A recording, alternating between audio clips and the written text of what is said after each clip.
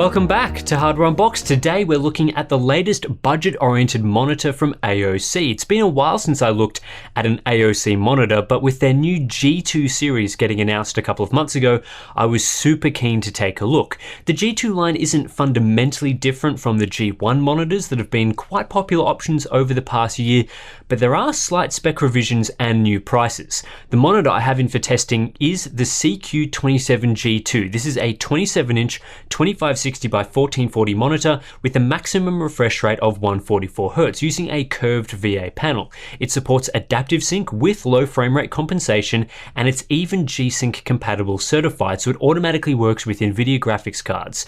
Right off the bat, it's hitting that gaming sweet spot, providing 1440p at high refresh rates.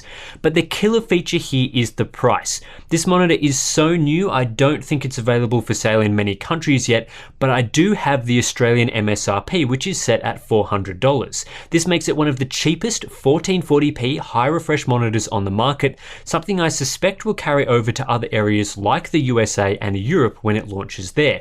It's cheaper than Samsung's JG50, which packs similar specs but doesn't support adaptive sync, and it's cheaper than, well, yep, everything else at PC Case Gear. Based on Aussie pricing, US pricing should be in the range of $250, which makes it competitive with ultra cheap Viotech options like the GN27D, and this is great news for guys in Europe where AOC is widely available, but budget brands like Viotech are not. I'm not super familiar with European pricing, but I'd be expecting a sub €300 price, which I think would again make it one of the cheapest, if not the outright cheapest product with these specs. So AOC has got the value part of the equation nailed down. I love it when companies launch new products at very competitive prices. But what about its actual quality? Well, let's dig in to find out. One of the only differences between the CQ27G2 and CQ27G1 is the curve. The previous model used a VA panel with an 1800R curve. This one is down to 1500R, so it's more curved. Does this have a significant impact? Look, not really. I mean, if you gave me two monitors and it wasn't in a side-by-side comparison, I probably wouldn't be able to pick if it was 1800R or 1500R curved, but the point is, it is curved, so you'll have to be a fan of that to like the CQ27G2. At 27 inches, I tend to prefer flat screens over curves like this, but given you'll need to spend more money to get a flat monitor, perhaps it's something I could live with. What the new curve does mean is this monitor uses a different panel, so it will, or at least should, perform differently to the old model. I haven't tested the old model myself, but we'll give it a good comparison with other displays that I've tested that are on the market. The design here is pretty good. I tend to quite like the aesthetic AOC goes with. It's not the most premium build given almost all the exterior materials are plastic, including the stand, but the prong stand design and simple use of red highlights I think looks quite good. There's nothing crazy going on in the rear either, so no RGB lighting or anything stupid like that. It's basic, it's understated, and that's what I like from a monitor design. From a functionality standpoint, AOC are also ticking off some boxes. The stand is height adjustable with a good range of motion, plus it supports tilting and swiveling so you can position it just right. A lot of other budget class displays, especially from companies like Viotech and other brands that use that same ODM, have extremely basic stands. So AOC is providing something better here, and I think that's pretty nice. The selection of ports is also fine, if a bit basic, given we're just getting one DisplayPort input and two HDMI ports with audio output. There's no USB hub here or anything else, no built-in speakers, although it does have VESA mounting compatibility. The big drawback to this design is the lack of a directional toggle for controlling the OSD. This monitor uses the same OSD layout as previous AOC monitors, but it's quite hard to navigate with the face buttons along the bottom edge. There's a few game-specific features in here like cheat crosshairs, shadow boosting modes, and a backlight strobing mode called MBR, so having a better navigation system would have been appreciated so you can toggle on and off these features when you need them. One thing I do appreciate though is the refresh rate, going up to 144Hz with low frame rate compensation. Pushing these sorts of panels up to 165Hz generally doesn't play out too well with VA's speed limitations, so 144Hz is fine, and of course you get adaptive sync. Plug and play compatibility with NVIDIA GPUs is also pretty neat. Of course all adaptive sync monitors work with NVIDIA GPUs these days, but having this one properly G-Sync compatible certified is good for less enthusiast users that may not know about the NVIDIA control panel setting to get it working. Time to do some performance testing, starting as always with response times. There are 4 overdrive modes available here. We have off, weak, medium, and strong, but we can breeze through the first three as they don't significantly differ in performance. All are quite slow, with an average grey-to-grey transition of at least 11 milliseconds, if not a fair bit worse. Off is the default mode, but I really wouldn't recommend keeping this setting default. Where performance really improves is with the strong mode, the maximum the CQ27G2 offers. The performance I'm showing here is really nothing unusual for a VA panel. It's not the fastest I've seen from this tech, and not the slowest, so let's break it down.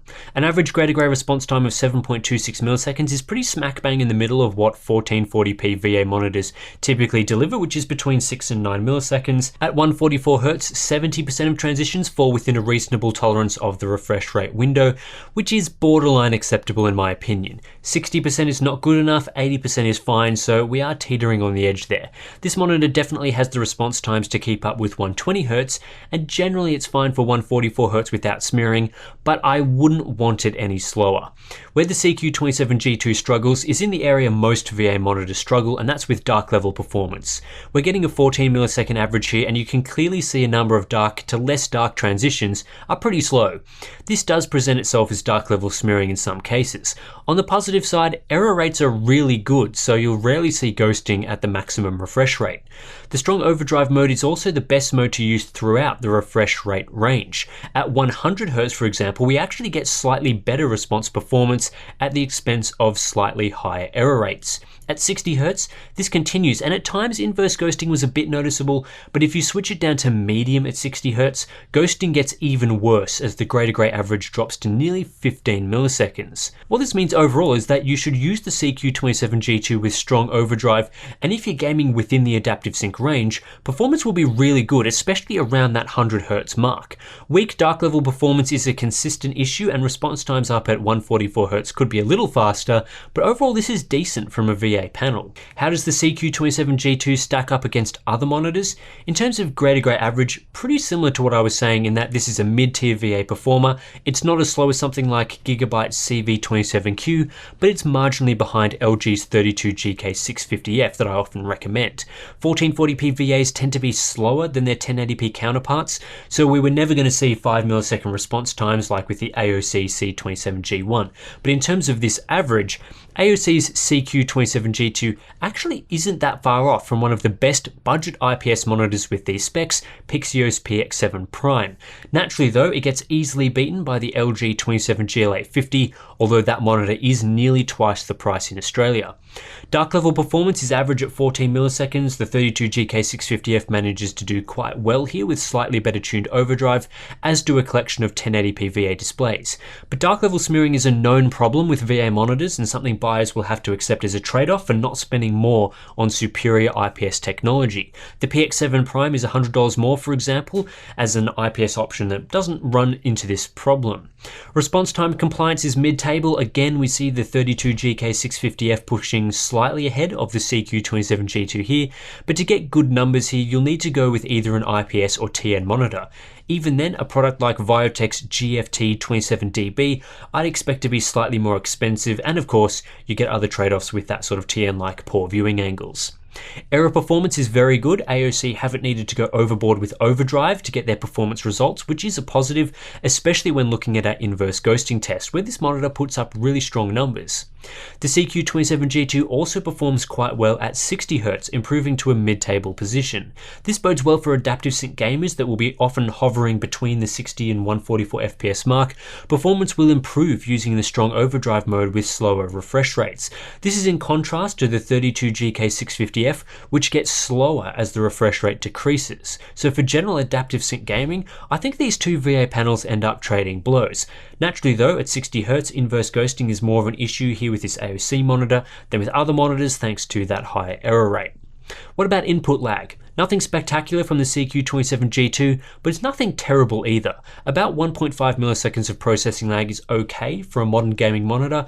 Ideally, I'd like to see sub 1 milliseconds, but that's a nitpick when we're talking about less than a millisecond of difference. Where this panel falls behind others is simply in its response times, which contribute to the total input to photon latency. Power consumption is standard, just in case you're interested. AOC says about 28 watts is expected, and that's roughly what I saw. Moving into color performance now, and first up let's talk color space. The CQ27G2 is a wide gamut monitor, although it doesn't support HDR processing, which I feel is a good choice given it doesn't support local dimming.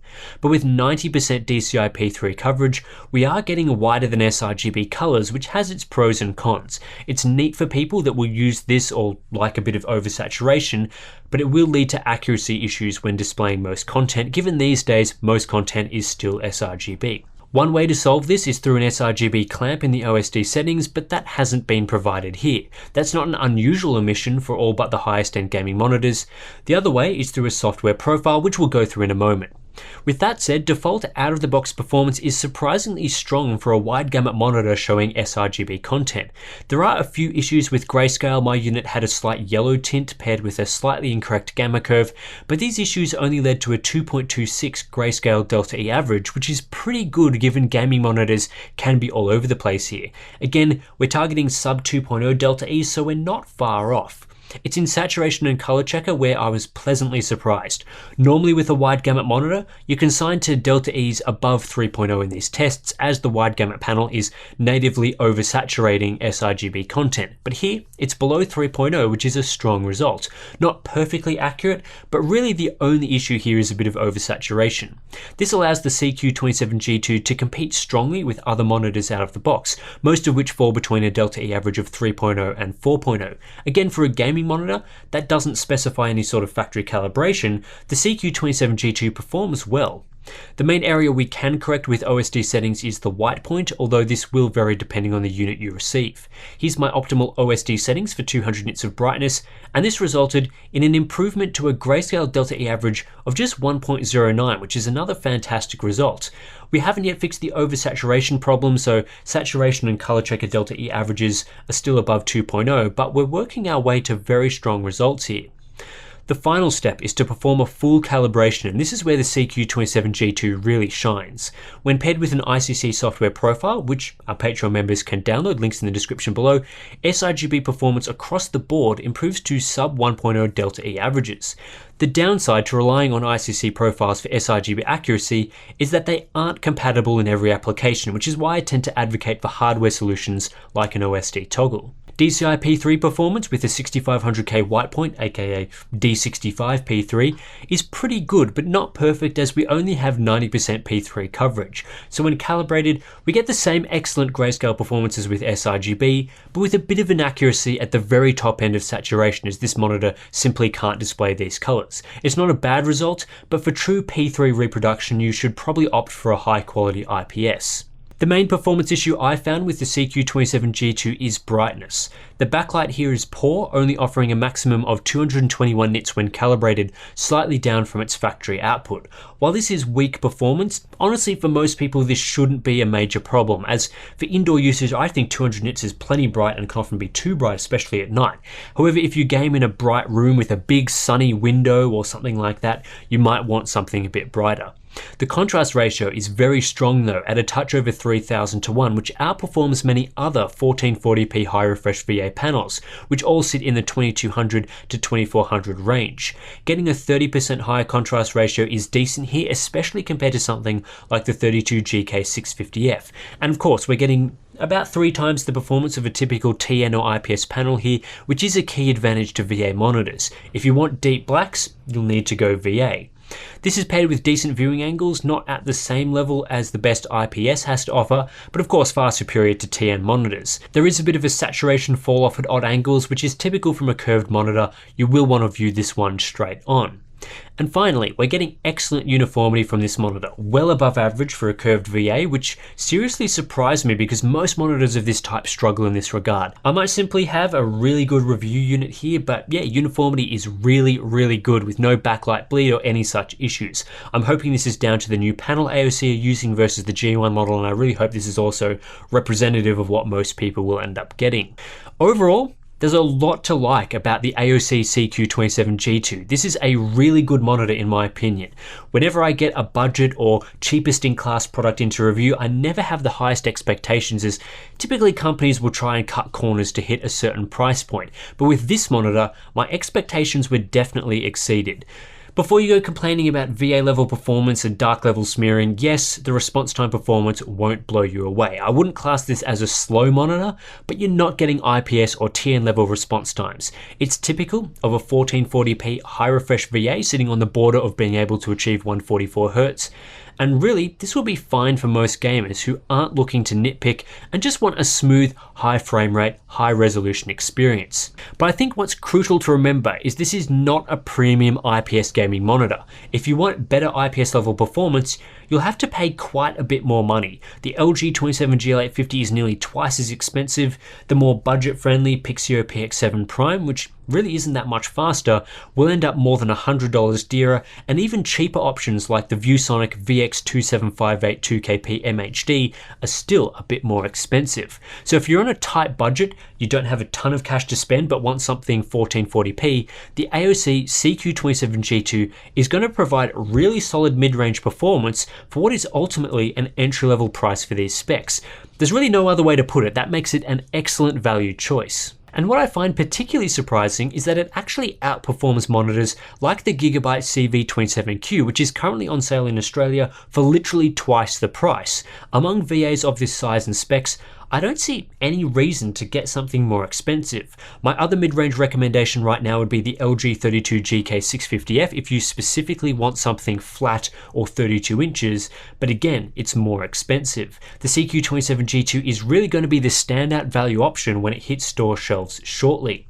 Of course, as I said, it's not just the price that makes this a compelling buy. There are no standout flaws that I typically see with budget monitors. There are no overdrive issues, no build quality concerns, no uniformity problems, no factory calibration weirdness. In fact, in many of these areas, the CQ27G2 is much better than average, especially with color performance and the fact it comes with an adjustable stand. Again, not chart-topping performance, but a solid mid-range showing, and that's all I'm after here. So yeah, I'd have no problem recommending this monitor to gamers after a cheap 1440p 144Hz display. AOC has really impressed me with this one. Hopefully I can check out some more of their G2 monitors because they look pretty decent, especially some of those 1080p IPS variants.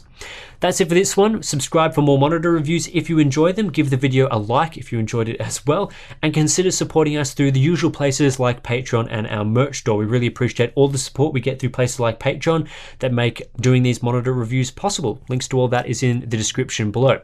I guess it's time to go back. I've got a few more monitors to get through. We've got a bit of a backlog at the moment, so I'll catch you in the next one.